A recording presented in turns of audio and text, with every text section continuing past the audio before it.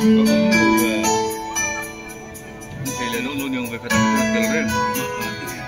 đấy nó chụp về thấp thì ê dài tổ rong này à rồi qua lâu thì ta sao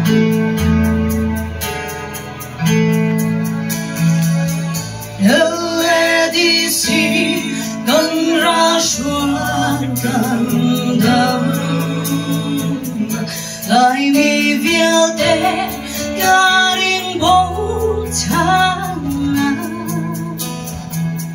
mỗi bà thơ thoa cần hôn áo trong bi thương si hoa căng ràng vì buồn cha